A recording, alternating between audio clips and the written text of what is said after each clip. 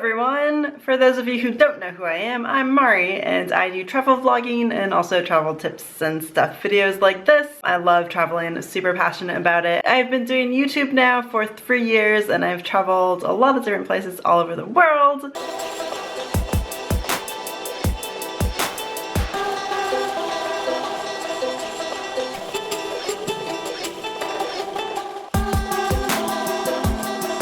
And I've been asked a lot to do this video, so I thought I would give you my tips. I am by no means an expert on travel vlogging, but I have been doing it a while now, and I just wanted to give you some basic tips for when you're first starting out, because just to hear it from someone who's done it and been through it, I think is nice. First of all, I think the main thing is to just start doing it. Don't wait until you start traveling. Just start filming stuff around where you live. If you don't have a camera, actually cell phones now take very good video, or maybe you can borrow a camera from a friend or family member. Just use that at first before you invest in buying something on your own, because you want to make sure you like doing the whole experience first. I do recommend though that if it can shoot in 1080p, that's what you want. 720 would be the next best thing. Just start it out, go on like a little day adventure around where you live, film it, see how it goes, just try it out. And then try out editing. Take all your footage and try editing a vlog. When I first started, I didn't know anything about editing. I borrowed my friend's camera and another friend's computer so that I could film and edit.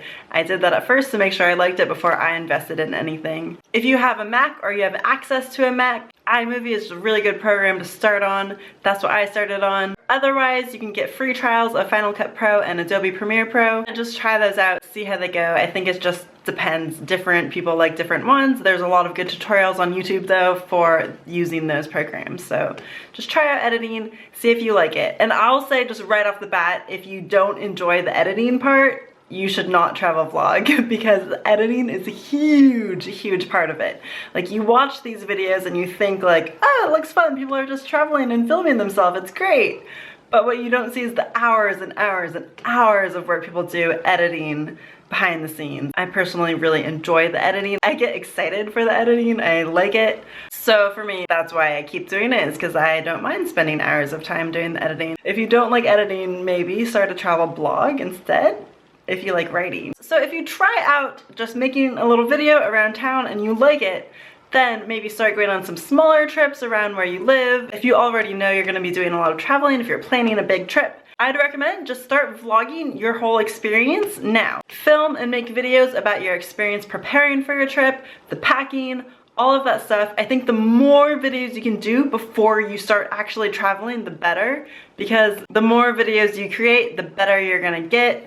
The more audience that you're gonna build up, and you can like build anticipation for your trip, and that's another way for people to find you. Also, I just think the more experience you have making these videos before you're traveling is just gonna be better, because I know for me personally, like my very first videos are very different to the ones I make now, and the footage that I used to take then and the footage that I take now is different as well. Now that I've done so much editing, I know kind of what exact shots I want and what exact shots I need and how much to film. In the beginning, when you're starting out, you don't really know how much to film or what you need or what will look good. So it takes a little bit of time just to get that under your belt. I will say things that I have learned. For one, shoot a lot of B-roll. B-roll is the stuff, the scenery shots, establishing shots, shots that show where you are and what you're looking at. In the beginning, I did not shoot very much of this at all. I was more just like, here I am, yay, like filming myself being in a place, which is cool, but like,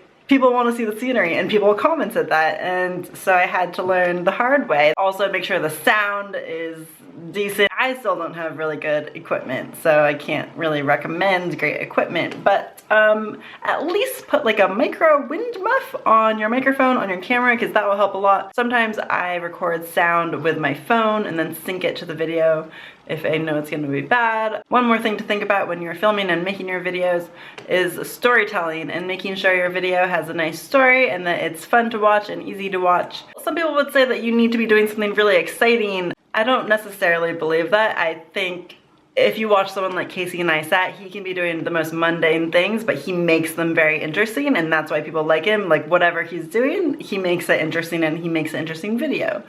I mean, that being said, he has really good gear and amazing shots and is also a lot of the time doing really cool things. But the reason I even mention him is he thinks outside the box a lot and he does a lot of really unique things. And that's one reason people like him so much. I do think it's worthwhile to watch other travel vlogs, watch people you admire. Take note kind of what works in their videos, what you like, what you don't like. Do not try to copy them. Don't do that. Nobody really likes a copycat, and you can tell when something doesn't feel like authentic. The biggest piece of advice I have to you is just be your most authentic self. Just be who you are. When you do travel vlogging like this, you're showing the world to people all around the world through your eyes. And so it's your take on the world. And now there's a million different travel vlogs out there, and the reason why people are gonna wanna watch yours is because of you and your personality. So just make sure to be the best person you can and don't try to copy anyone else. Watch other people, but then kind of like watch it and like learn, but then kind of forget about it. And on some level, I feel like it's kind of hard because there's only so many different ways you can do vlogs, and sometimes people's vlogs are just gonna look similar to someone else's vlogs. I think as long as you are trying your best to just be you, then that will show and people will like it. But again, I just feel like the more videos you can do, especially at the beginning, to kind of just build your own style and build an audience and all of that before you start like putting the pressures of constant traveling in, the better. Another thing to consider, if you're going into this thinking that it's just gonna be a way for you to make a lot of money and travel for free and do all this amazing stuff all around the world, that's just not the way you should go into it, because the reality is getting to that level takes a very long time. I've been doing this for 3 years now and I am not even close. That being said, everyone goes at their own pace. Some people, you know, within 3 years could have like 1 million subscribers by now. Some people could have a lot less. Everyone has their own YouTube path. It just depends on a lot of different factors. So you really just have to go into it just doing it for fun and just doing it as a hobby and just enjoying it. If you don't enjoy it, then like don't do it. So how do you get more people to watch your videos? Well, make videos of things that people are Googling. So like top 10 things to see in blank, or how to take the bus in this town, or how to do this, or packing videos, those kind of things that people look up and people will watch. Start doing those kind of videos, then people will find your channel, and then if they like you and your personality, they'll keep watching. For example, like my most watched videos are ones where I'm teaching people how to do stuff, like learn languages, packing videos, top 10 things to do in Melbourne. That one, I didn't even plan on making that video that way. I was planning on just doing a regular vlog, and then when I went to edit, I just had not filmed enough to make a solid vlog. So I was like, oh, maybe I'll just edit it together and make it like a top 10 things. And now that video is like one of my most watched videos, which is crazy, but made me realize that those are good because those are things that people actually search for, and so they'll find you that way. So that should be one concern of yours, is getting more people to watch your videos. However, I feel like especially at the beginning, just focus on your content. Focus on making your content the best it can be, and focus on making really good videos and videos that are interesting and fun and captivating and show your personality. That's what you need to do at first. Like, just focus on the craft, and the people will come. If you're trying to be traveling and vlogging at the same time, just know that a lot of your time is going to be spent on editing, and you have to be okay with that. And if you don't like the editing while traveling, just get all the footage, keep it, and then when you get home, you can edit it and spend a lot of time and make them really awesome videos. The YouTube algorithms actually, like, the more videos you put up more consistently, the more your videos are going to be shown, the more people will watch, and you'll gain more subscribers.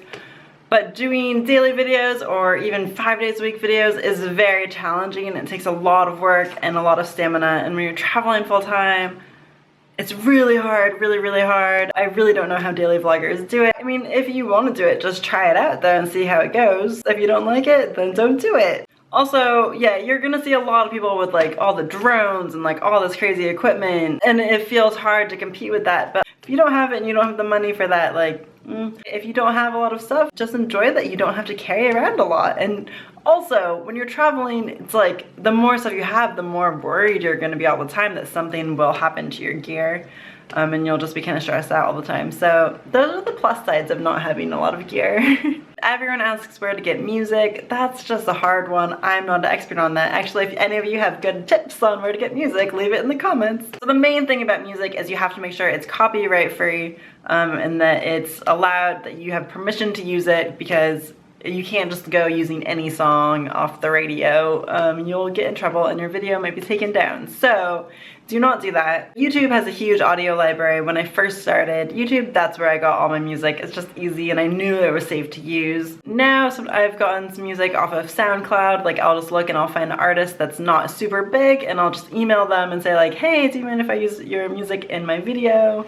And pretty much they all just say yes. There's also a lot of sites where you can pay for music if you want, or there's a lot of other free sites out there. Just Google it. That's actually one of my biggest challenges, music and sound. Another tip is to meet other people who also make YouTube videos. It really helps just to talk to people in person and get other tips and meet them and do collaborations with other people. YouTube has spaces around the US and in some other cities around the world, and they'll host happy hours and meetups and things like that, and classes. If you live near one of those spaces, I definitely recommend going to any of those free events because they're a really great place to meet people. Otherwise, I would just try to look up if there's anything around you, any YouTube meetups or anything. You can go to things like VidCon, where you can definitely meet a lot of other people in the YouTube world and learn a lot from the panels. Because I do find it is a little bit challenging when you're traveling to kind of feel connected to the YouTube community. A lot of the time I'm traveling solo and most people I meet just have no idea what I'm doing. So it's sometimes hard to stay connected with the YouTube community, but I think the more you can do that, the better. So that's my advice for starting a YouTube channel. Basically, just be your most authentic self. Just start filming wherever you are. Try out editing. Just know your first videos aren't gonna be your best videos. But see what works for you. Develop your own rhythm, develop your own style, and just have fun with it and enjoy it, because if you aren't enjoying it, then there's really no point. And just know that it's gonna take a while to build an audience. Try to stand out, do some videos of things that people will search. Just focus on your craft and your passions and what you love, and that will all shine through in your videos and you'll be good. And if nothing else, what I love about travel vlogging, even if no one else watches the videos, is that I have these videos and these memories of all these experiences that I've had, and I think that's really cool. So do it for yourself if no one else. Just have fun. Alright, thanks so much for watching, and subscribe if you want to see some travel vlogs from me, and check out my channel if you want to see some stuff that I've been doing, or go watch my first ones and see how much they've changed. And I'll see you next time. Bye! If you want to see all of the gear that I use, watch this video!